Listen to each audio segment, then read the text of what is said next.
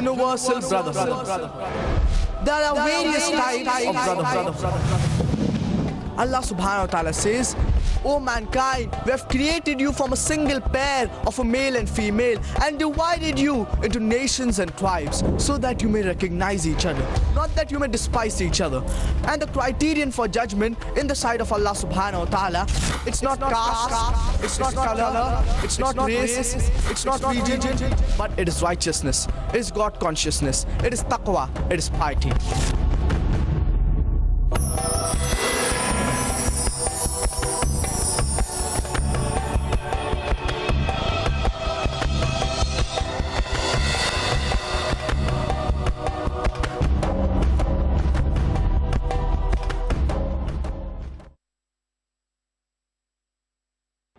Alhamdulillah, wa salatu wa salam ala Rasulillah wa ala alihi wa sahbihi ajma'in, amma ba'd. A'udhu billahi minash shaitanir rajeem, bismillahir rahmanir rahim, wa man ahsanu qawlan mimman da'a ila Allah wa amila salihan wa qala innani minal muslimin. Bismillahir rahmanir rahim, rabbi shrah li sadri wa yassir li amri wahlul 'uqdatam min lisani yafqahu qawli. Respected elders and my dear brothers and sisters, I welcome all of you with the Islamic greetings. Assalamu alaikum wa rahmatullahi wa barakatuh. May peace, mercy and blessings of Allah subhanahu wa ta'ala, of Almighty God, be on all of you. We begin this evening session with the recitation of the glorious Quran by Qari Tawfiq Ahmad. So may I invite on the stage Qari Tawfiq Ahmad for the Qiraat.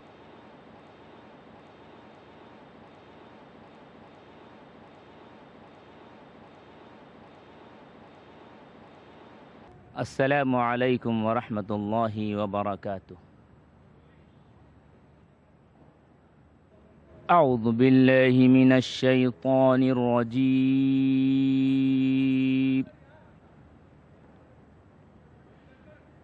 بسم الله الرحمن الرحيم.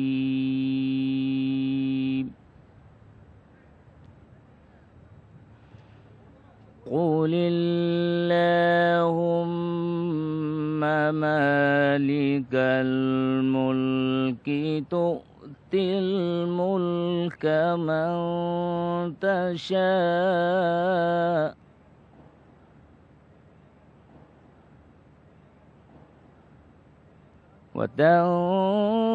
وتنزع الملك ممن تشاء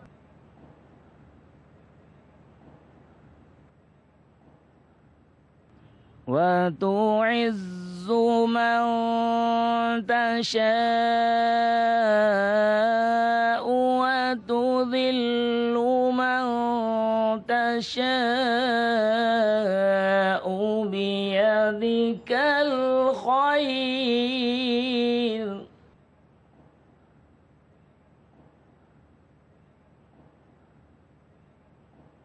إنك على كل شيء قدير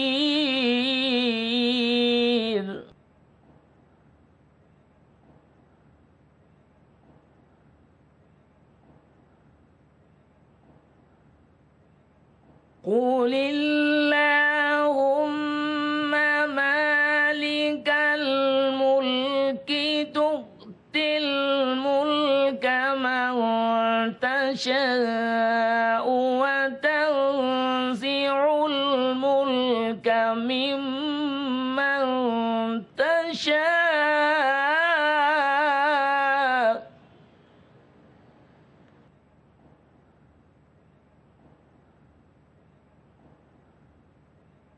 وتعز من تشاء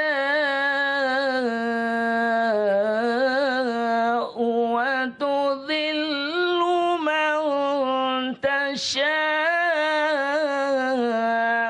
بيدك الخير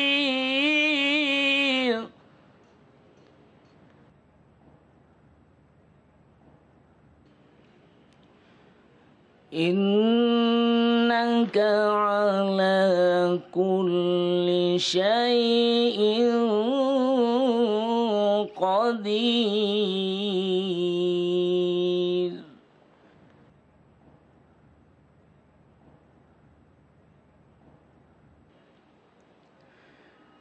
تولج الليل في النهار وتولج النهار في الليل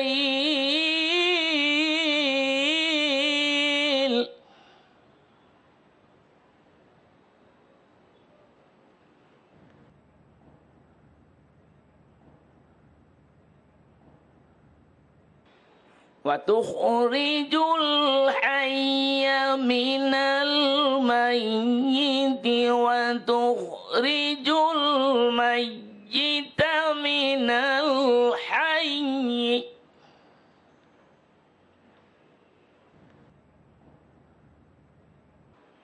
وترزق من تشاء بغير حساب.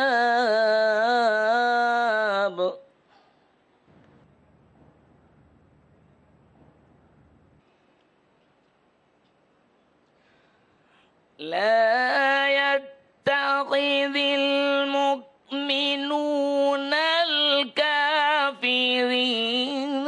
أولياء من دون المؤمنين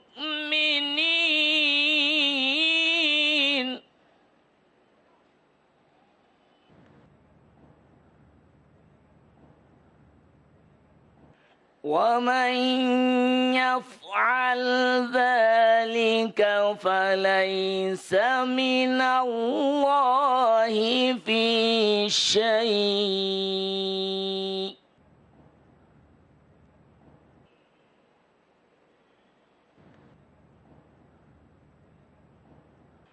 فليس من الله في شيء إلا أن تتقوا منهم تقاه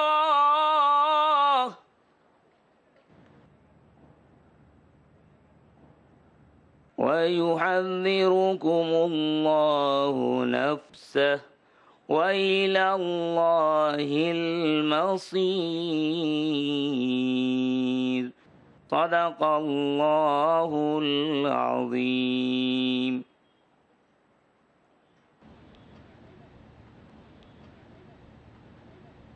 Jazakallah khair, Qari Tawfiq Ahmed. The verses that the Qari read were from Surah Al Imran, chapter number 3, verses 26 to 27. The translation: Say, O Allah, Lord of the power and rule, Thou givest power to whom Thou pleasest, and Thou strippest of power from whom Thou pleasest. Thou enduest with honor whom Thou pleasest, and Thou bringest low whom Thou pleasest. In Thy hand is all good. Verily, over all things Thou hast power. Thou causest the night to gain on the day, and Thou causest the day to gain on the night. Thou bringest the living out of the dead, and Thou bringest the dead out of the living. And Thou givest sustenance to whom Thou pleasest, without measure. Let not the believers take for friends or helpers unbelievers rather than the believers. If any do that, in nothing will there be help from Allah except by way of precaution, that ye may guard yourselves from them. But Allah cautions you to remember Himself, for the final goal is to Allah. Our speaker for the session today is Brother Farik Naik. Before I invite him to the stage, I would like to give a brief introduction of today's speaker. Farik Naik, son of the world-famous orator on Islam and comparative religion, Dr. Zakir Naik, is presently 15 years of age and studying in 10th standard. Home was his first school, where he received his first Islamic training and his parents his first teachers. Born on 10 July 1994, Farik has an excellent memory, alhamdulillah. He has good critical observation, analytical and debating skills. He is able to absorb Arabic, the language of the glorious Quran, easily and converse fluently. The complete memorization of the glorious Quran is one of his achievements which he accomplished along with regular academics at the tender age of 13. Since a very young age of 8, while on dawah trips with his father, Farik started giving short talks in English and Arabic, as well as recited the Quran in front of large audiences of thousands in Chennai, Pune, Dubai, Italy, Trinidad, and other cities of the world. He also had the privilege of addressing more than 50,000 people in Srinagar in 2003 at the age of 9, and a larger audience in Hyderabad in 2006 at the age of 12. After his short performances and speeches on Peace TV, he has been invited to different countries for giving Islamic talks. His hobbies include traveling and exploring the beautiful creations of Allah. Besides visiting cities in India, he has traveled to South Africa, USA, UK, France, Germany, Switzerland, Holland, Belgium, Italy, Spain, Trinidad and Tobago in South America, Sri Lanka, Maldives, Dubai, and several trips to holy cities of Makkah and Medina in Saudi Arabia. Besides this, Farik is also a very accomplished sports person. He is a very good football player and loves swimming and judo. He also possesses a black belt in Taekwondo. Moreover, he has been awarded the school's Best Sports Buy trophy for consecutive 5 years, alhamdulillah. Along with formal worldly education, he aims to specialize in Islamic knowledge with mastery over Arabic and English. He wants to be a da'i, hafiz, mufassir, muhaddis, and a faqih, inshallah. Without further ado, brothers and sisters, to speak on the topic Universal Brotherhood, may I present before you the young and dynamic speaker on Islam and comparative religion, Farik Naik.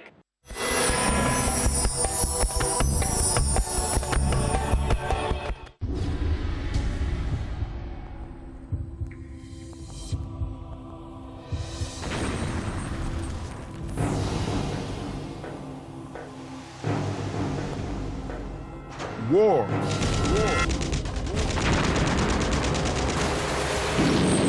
Crime. Corruption. Famine. Natural disaster. The world is in a turmoil.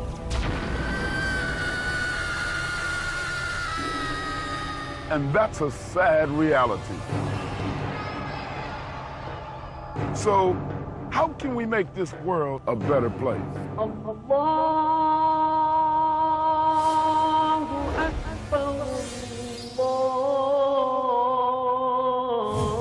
I believe we can by making families stronger, beginning with our own. To find out more on how we can build a better and stronger bond within our families, tune into my series, Save the Families, right here on Peace TV.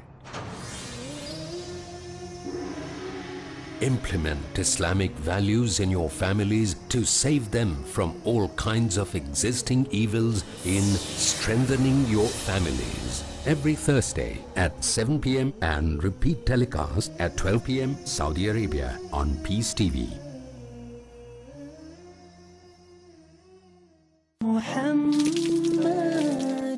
Pearls of Prophet Muhammad, peace be upon him. Narrated Anas bin Malik, may Allah be pleased with him. The Prophet, may peace be upon him, said, "None of you should wish for death because of a calamity befalling him, but If he has to wish for death, he should say, O Allah, keep me alive as long as life is better for me, and let me die if death is better for me. Sahih al-Bukhari, Volume 7, Book of Patience, Hadith number 5671.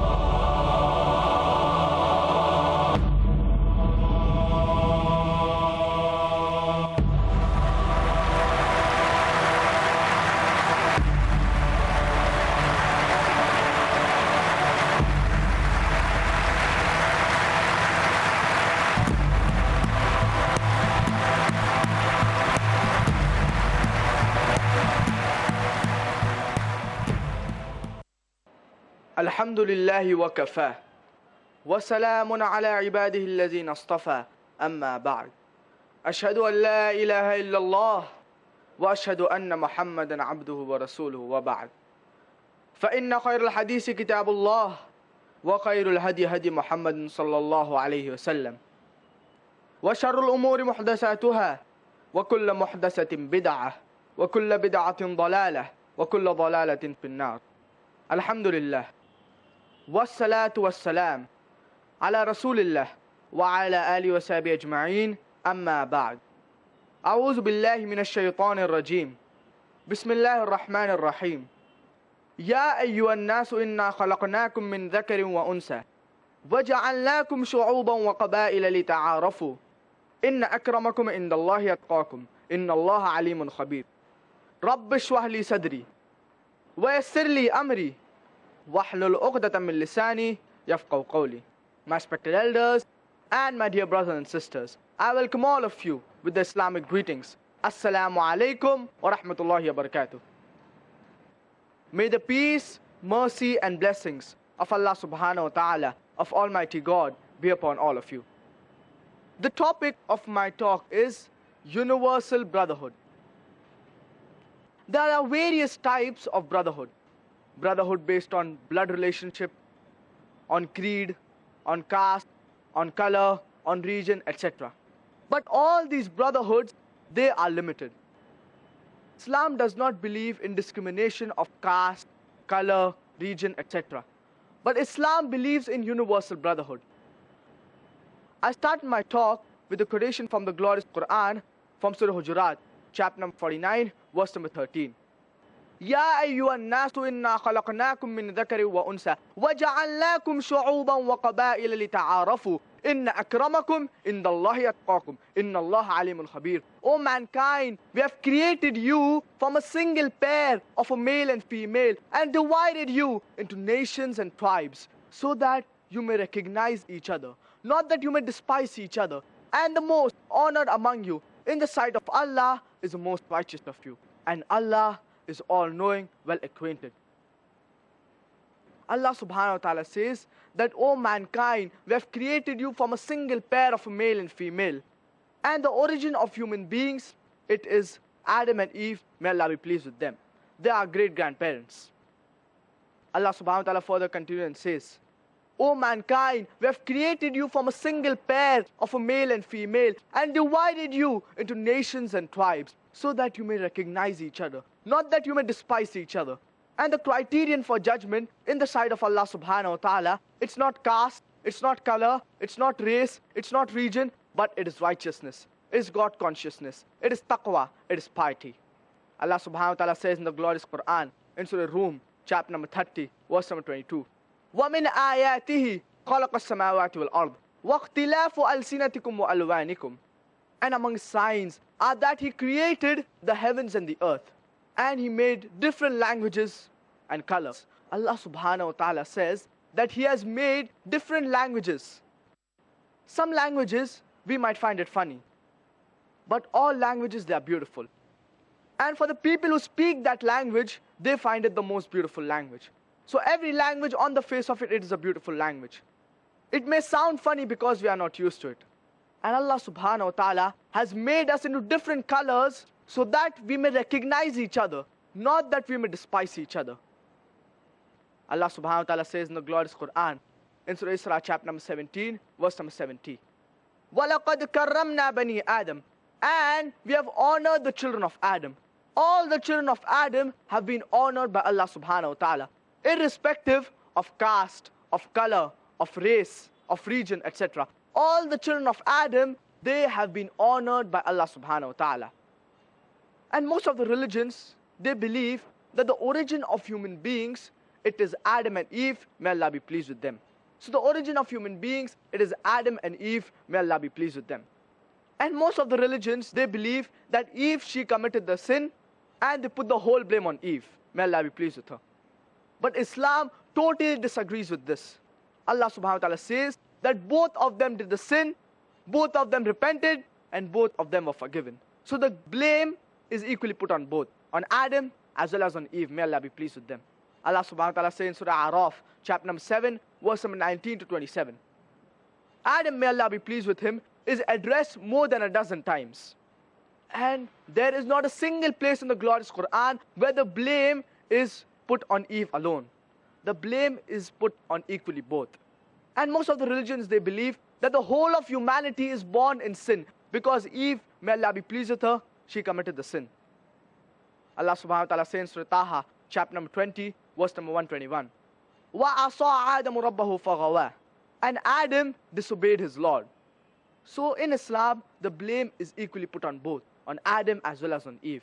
And most of the religions, they believe that Eve, she committed the sin. And therefore, pregnancy is a curse for her.